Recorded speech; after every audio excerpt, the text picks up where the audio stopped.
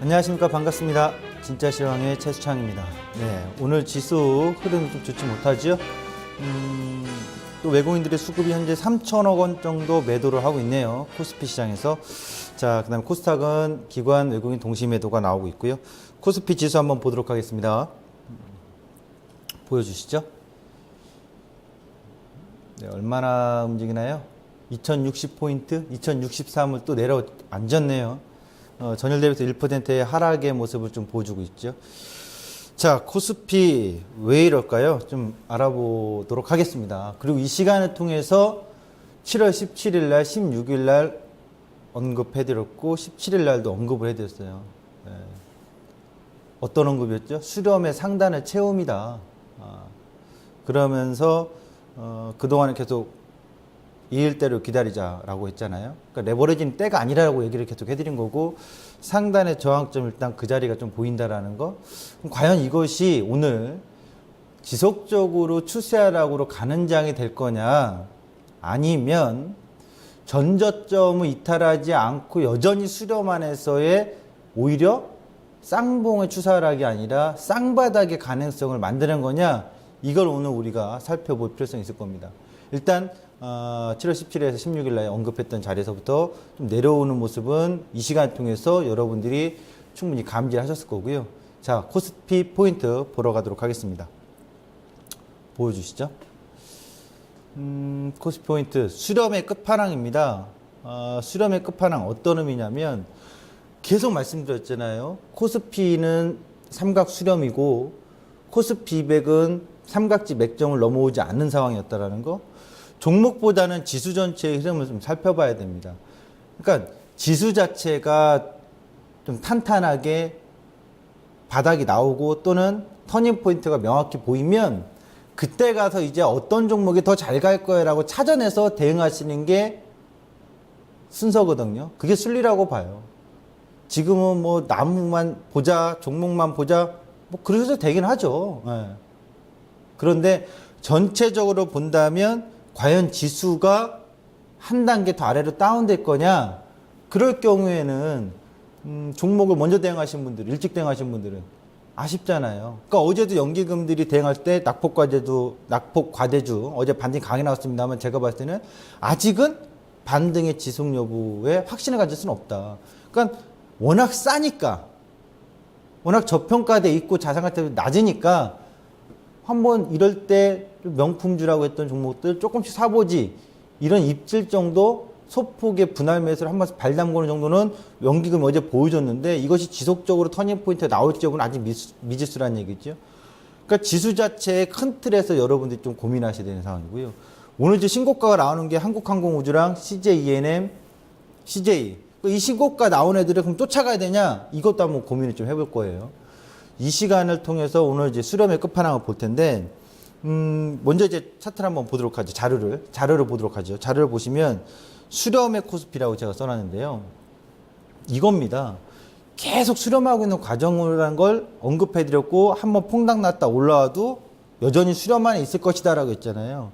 계속 이 수렴의 삼각지 맥점의 2070포인트 정도를 등락을 엄청나게 해주는 상황인데, 밑으로 확 추세를 내려갈 거냐, 아니다, 이거 추세람 안에서 이렇게 있다가 외바닥이니까 쌍바닥 잡아주고 올라갈 거냐, 확정된 건 없어요. 다만 밑에는 포기했더라도 위에서는 상단 저항을 받고 인식하고 있다는 거 언급해드렸고, 이 상황에서 슬슬 내려오는데, 지금 상황에서 2144 있죠.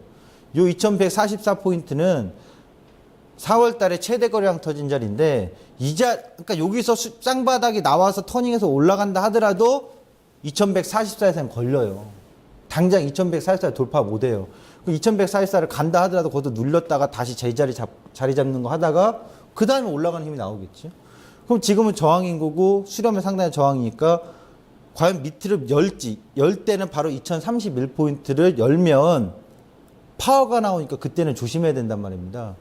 그럼 지금에서 수렴 과정은 여전히 있는 상황인데 숲을 보자.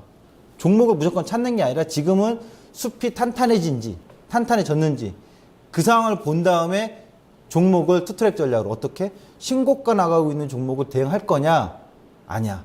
이번에 지수가 쌍바닥에서 터닝을 해서 제대로 보여주면 오히려 낙폭과돼 있던 종목군들이 강한 반등이 나올 거야. 그러니까 그쪽에도 분할 매수 들어가야지.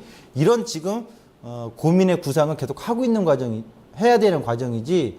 야, 요것만 이거는 안 빠질 거야. 이건 괜찮아. 지수는 몰라. 나는 몰라. 이런 식으로 봐서는 안 된다. 지금 시장 상황에서는 이것 좀 다시 한번 언급해 드릴 거고요. 종목을 이제 차트를 보면서 잠깐 설명을 드리겠습니다. 전체적으로 보시면 지금 삼성전자 어제 살펴드린 거 보십시오. 삼성전자는 제가 이 저점을 어쨌든 한 택이라도 가짜일 가능성이 있다. 이 얘기 해드렸잖아요. 그럼 약하단 말이죠. 그러니까 오늘도 보시면 삼성전자가 아침에 끌고 올라갔을 때는 지수가 좀 올라가더니 밀리니까 다시 내려오죠. 이런 상황에서 삼성전자 아주 키포인트가 되는 거란 말이죠.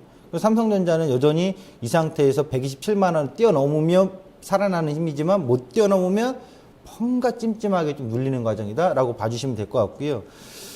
그 다음에 어제 얘기했던 낙폭과대주들 몇 개만 보도록 하죠.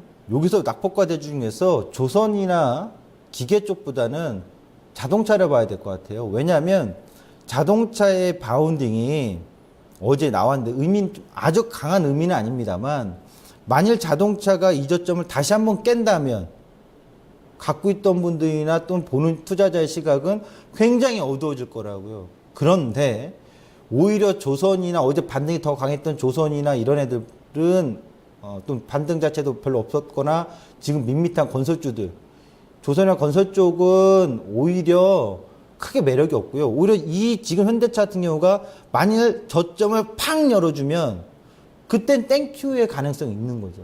굉장히 싸구나라는 거. 그럼 지금 상황에도 싸기 때문에 입지를 한번 들어왔는데 이것이 지속적으로 추세적인 어떤 전환을 가능하게 하려면 반드시 이 자리를 넘어와야 돼요. 13만 9,500원, 그러니까 14만 원짜리죠. 그러니까 이 자리를 강하게 넘어와주면 얘는 대응해볼 만해. 살아나는 수 있어. 낙폭과대 중에서 좀 강해질 수 있어라는 가능성을 봐주시는 게 좋을 것 같고요. 근데 지금은 확인된 건 없다 이거죠. 또 보면 IT 쪽에서도 LG전자 쪽은 지난번에 설명드렸습니다만 그닥 오늘 뭐 굉장히 강해요. 윗꼬리가 달려서 반등 나가는 게 한 14% 정도 나왔는데 그렇다 해서 이거 쫓아갈 필요성이 있느냐? 없다고 봐요. 그러니까 지금 이런 상황에서 싸다고 무조건 다 좋은 게 아니라 싸면서도 그래 너는 반전의 가능성이 있어. 예를 들어서 현대차처럼 뭐 신제품 계속 내는다든가 또는 뭐 2차전지 관련돼서 앞으로 어쨌든 2차전지는 계속해서 성장주니까 성장주니까 다만 지금 업황이나 시황 자체가 좀 다운됐을 뿐이지 언제든지 경쟁력 있어. 그럼 그런 종목들은 싸게끔 매수할 수 있는 가능성을 유추해 볼 수 있잖아요. 그런 식으로 접근을 좀 하셔야 되겠죠. 보시면은 IT 중에서는 LG전자 오늘 급하게 올라오고 내리고 하는데 그닥 제가 봤을 때 크게 매력은 없다. 그 다음에 신고가 종목을 좀 보도록 할까요? 오늘 신고가 종목을 보시면 CJ, 그 다음에 CJ ENM, 한국항공우주 역시 좋아요. 이들은 근데 빠지지도 않죠. 빠져도 금방금방 올리는데 그러니까 과연 이런 신고가 종목을 지금 쫓아갈 거냐 말 거냐 이게 상당히 고민되는 거거든요.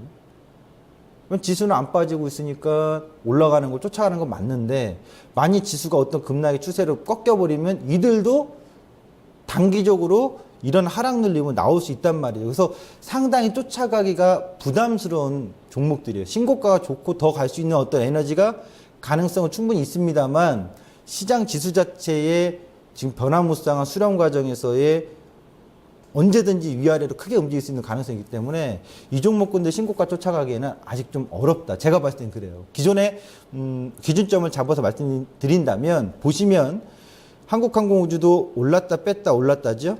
그러니까 7월달 저점 나온 자리에서 지수 저점 나온 자리에서 같이 나와서 쭉 올라가고 있죠. CJ ENM도 비슷하죠. 저점 나온 자리에 같이 올라가죠. CJ도 그래요. 뺐다가 저점 나온 자리에 같이 올라간다. 그럼 따라서 이 종목군들을 대응을 하려고 하는 기준점을 잡으려고 하신 분들은 어떻게 잡아야 됐어요? 7월달 저점은 반드시 기준가가 돼야 돼요. 손절가죠. 깨지면 안 된다. 깨졌을 경우에는 이 종목들도 같이 밀리는 거고. 그러면 7월달에 저점이 깨지지 않는다는 기준으로 대응하시려는 분들은 따라가서의 돌파 매수를 하면서 대응할 수 있겠다. 근데 제가 볼 때는 좀 쉽지는 않아요. 이거는 뭐 이제 그 대응의 관점이다 이렇게 좀 말씀드리겠고요. 오늘 또 이제 보면은 시멘트주들 좀 흔들리죠. 이것도 좀 잡아줘야 될 것 같아요. 시멘트주 쌍용량의 한일시멘트 흔들린단 말이에요. 그러면 성신양해까지. 그럼 그 지난번에 성신양해 기준을 월봉으로 이렇게 해드렸었잖아요. 여기까지는 보인다. 올라가는 자리 6월 달에. 그래서 이 자리가 16,000, 17,000원 정도인데 보인다. 근데 보인 상태도 올라갔죠. 그러면 지금 올라간 상태에서 흔드는 과정이 있으니까 17,000원에서 16,700원은 반드시 지켜줘야 되는 자리가 되는 거죠. 그 자리 못 지키면 가격의 변동이 심화된다. 그 일봉상 보시면 고점이 낮아지고 있으니까 그렇죠? 7월달 저점은 당연히 지켜야 되는데 고점 낮아지고 전고점이 이 포인트 음봉 나온 자리가 18,000원이니까 지금 단기적으로 18,000원의 지지 형태 이렇게 보시는 게 좋죠. 여기가 깨지면 변동이 확대. 이런 식으로 단기적인 기준을 좀 잡아 나가셨으면 좋겠습니다. 지수가 굉장히 중요하다고 저는 봐요. 지금 시점에서. 그래서 어떠한 자료를 오늘 많이 갖고 나오고 싶어도 보여드리면 여러분들이 너무 답답해 하실 것 같고 그렇다고 지수가 어떤 터닝포인트가 명확히 보이지 않는 상황에서 좋아하실 거예요. 이런 식으로 갖고 나올 수도 없는 거고요. 자, 코스닥 포인트 보도록 하겠습니다. 코스닥 포인트를 보도록 하죠.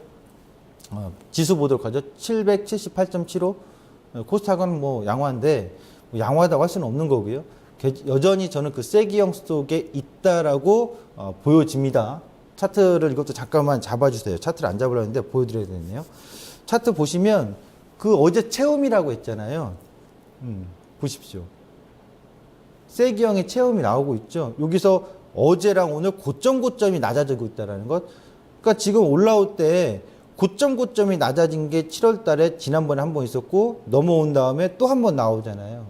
그러니까 고점이 낮아졌는데 내일 만약 확 돌파가 되면 세기형 상단을 돌파가 할 수 있겠지만 좀 더 힘이 있구나라고 봐주겠지만 내일 그렇지 못하면 결국 훅 하고 한 번 더 밀어버리겠죠. 코스닥은 어제 오늘 얘기했듯이 그냥 쉼표입니다. 이렇게 좀 보시면 될 것 같고요. 자, 코스닥 포인트를 보도록 하겠습니다.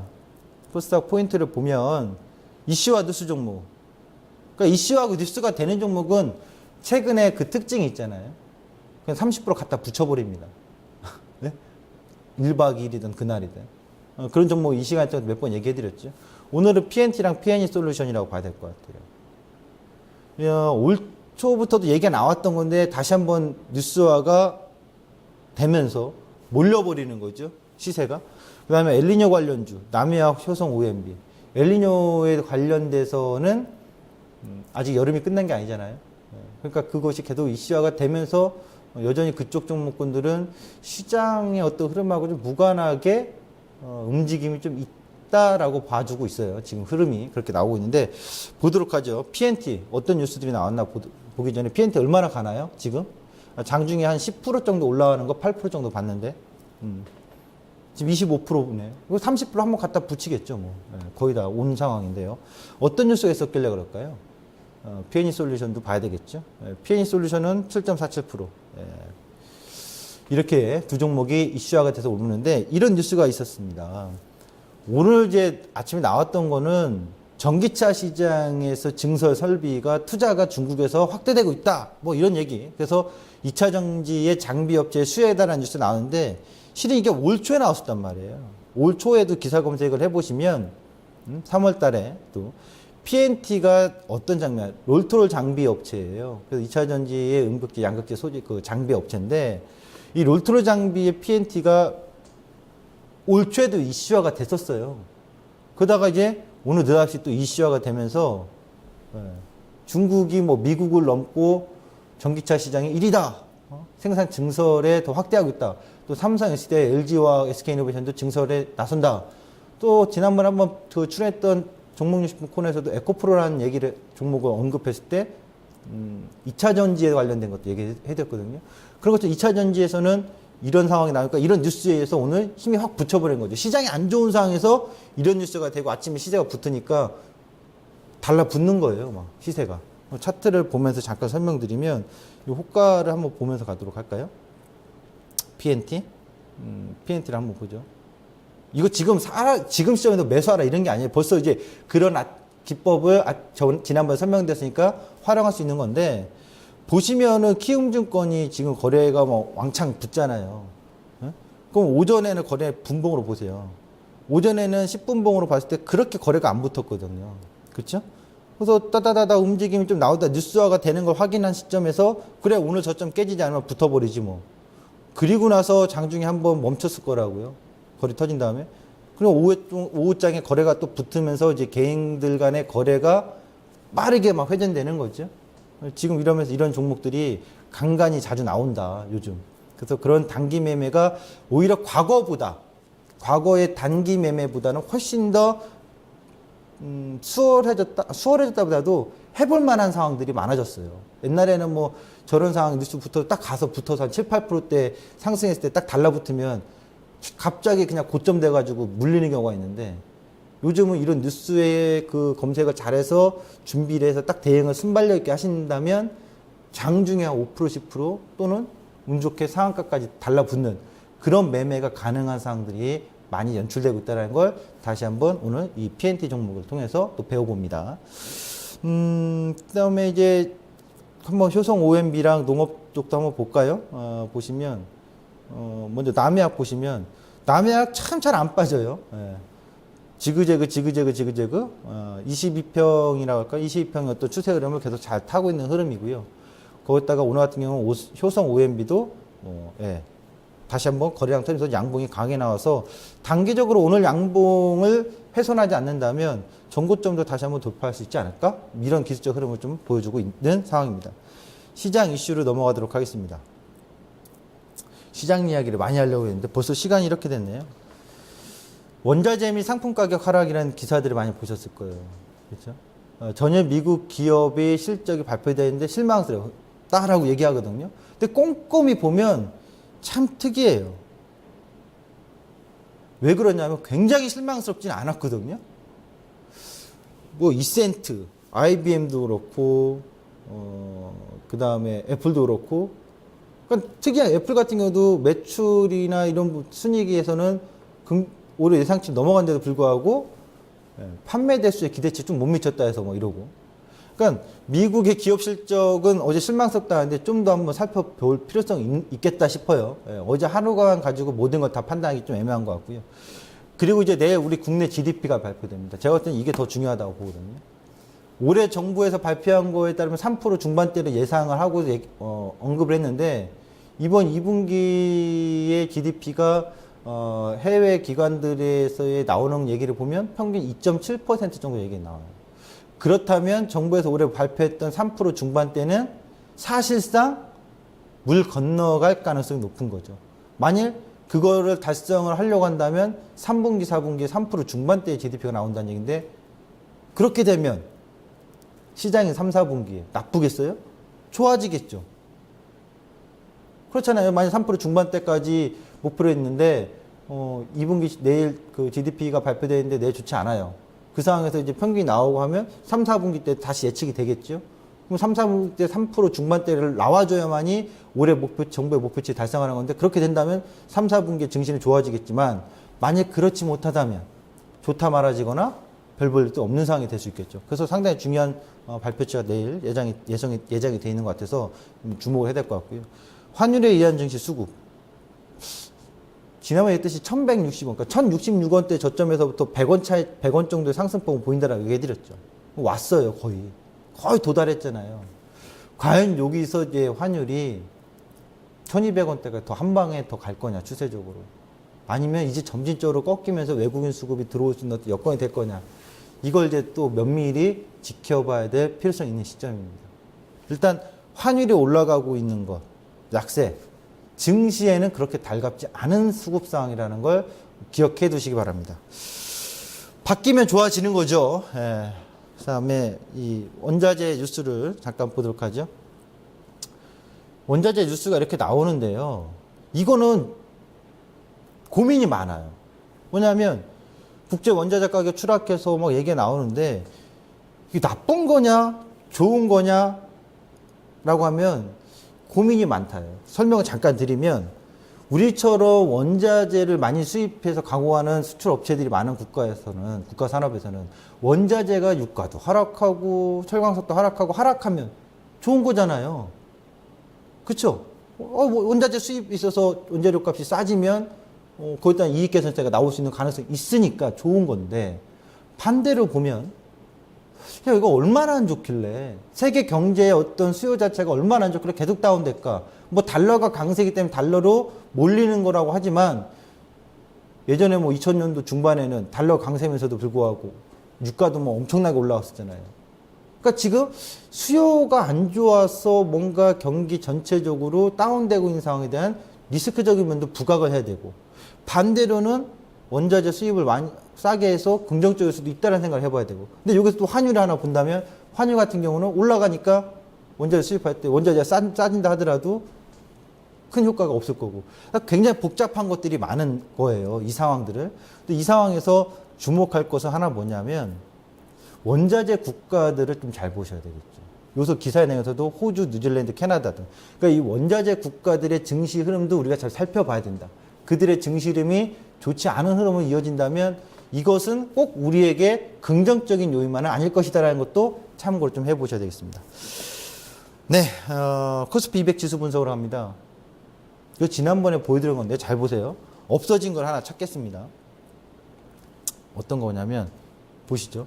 그때 5가지, 큰 틀로 3가지였잖아요. 1, 2, 3번. 그럼 여기서 첫 번째 위로 쭉 올라가는 건 경우의 수가 사라진 거죠. 없어진 거죠. 그럼 4가지 경우에만 남는 거죠. 25% 확률. 그때 쫙 올라갔다가 누르느냐. 근데 이거 없어진 거잖아요. 이건 없는 거예요. 확률이 이제. 그러면 밑으로 뺐다가 올렸다가 점진적으로 올라가는 거 하나랑, 아니면 지금 247, 248가 왔으니까 여기서 내려왔다가 왔다 갔다 하다가 빨간색처럼 올라가는 거 두 번째. 또는 왔으니까 온 상태에서 247, 248에서 바운딩 주고 올라간 척 했다가 쭉 빠지는 거. 뭐 이런 식으로 3가지 확률로 더 압축되는 거거든요. 이걸 얘기할 때 중요 기준이 20이 아니라 248이죠. 248, 247이 지지냐 이탈이냐인데 지금 딱 그 자리에 와서 싸우고 있단 말이에요. 다음 자료 빨리 가도록 할까요? 코스피 200입니다. 코스피 200에서도 이제 제가 다시 얘기하면 여기 248, 247이 지지 리바운딩 가격이기 때문에 내려왔으니 한 번은 만났다면 분명 바운딩이 나올 거예요. 왜? 내려오자 첫 만남이니까. 첫 키스는 강렬하거든요. 그러니까 첫 만남이니까 강렬해서 바운딩이 나올 자리니까 이 자리에서 한 번 바운딩이 나오는데 그 바운딩이 전저점을 완전히 지키는 바운딩의 쌍바닥이냐? 이렇게는 아직까지는 확인할 수가 없다 이거죠. 확정할 수는 없다는 얘기예요. 그러면 여기서 제가 전략을 설명드리면, 잘 들어보세요. 7월 달에 저항점이 나오죠. 그러면 지금 1차적으로 지난 17일부터 저항점을 저랑 같이 보신 분들은 이쪽 내려오는 걸 보는 상황에서 올라갈 때 이 고점을 넘어가면, 그게 252점 땡땡 또는 253.50 넘어가면 그때는 뭐예요? 위로 갈 수 있는 힘이 생기는 거예요. 그때 가서 바꿔주면 되는 거고요. 지금은 17일부터 아래를 본 사람들은 아래쪽으로 계속 보면서 내려가는 여부를 빨간색으로 봐주는 거고, 반대로 이제 여기서 248, 47, 난 이 전저점 지킬 수 있다고 생각해 하는 분들은 248, 247에서 리바운딩을 봐주고 올라가는 흐름에 대한 예측을 해주는 거죠. 근데 올라가다가 다시 꺾인다. 이럴 경우에는 전저점까지 열 수가 있다는 가능성이 나오는 거거든요. 그래서 이걸 그림으로 다시 한번 더 큰 그림으로 그려서 설명드리면 이겁니다. 중기적 전략에 있어서 정말 중요한 자리인데, 하나, 둘, 셋, 넷, 다섯이죠. 266, 272가 5차례 돌파 시도를 했다가 돌파를 실패한 상황이에요. 2013년도에부터 하나, 둘, 저점 끝 그려서 추세적으로 잘 갔어야 되는데 우리가 작년에 꺾였단 말이에요. 이 꺾인 게 안 좋았던 건데 꺾인 상태에서 다시 끝까지 올려서 붙여놨는데 저점 추세대를 만나고 다시 밀렸는데 그 자리가 공교롭게도 266, 272란 말이에요. 그럼 지금 완전한 저항점이죠. 그리고 이 상태에서 계속 흔들다가 전저점 안 깨고 확 올리면 하반기에 261에서 66까지 갔다가 그 다음에 다시 되밀리는 과정이 나오겠죠. 그렇지 않으면 이 상태에서 왔다 갔다 하다가 반등 자체가 약해지면 뭐예요? 밑으로 팡 하고 밀리는 거죠. 그럼 팡 하고 밀리면 234까지는 가는 거예요. 굉장히 중요한 힘의 싸움의 자리이기 때문에 중기적으로 올렸다가 다시 눌리느냐 아니면 이 상태에서 올리는 거 없이 250일을 저항점을 인식하고 흔들다가 팡 한번 해주느냐. 굉장히 기로에 서 있는 시점이라서 제가 이 시점에서는 정말 장중 대응이 굉장히 중요할 것 같아요. 어떤 전환점이 나온다. 반전의 상승 전환점이 나온다면 장중에 강한 흐름이 나올 거고 그리고 지금 상태에서 계속 점진적으로 늘린다면은 246을 다시 한번 기억하세요. 246을 만약에 깨는 날이 있다. 그러면 그날 파워가 나올 수 있어요. 그런 점에서 제가 기준점 얘기한 거를 잘 체크하셨다가 대응의 관점을 잘 펼쳐 나가시길 바랍니다. 지금까지 진짜 시장의 최수창이었습니다.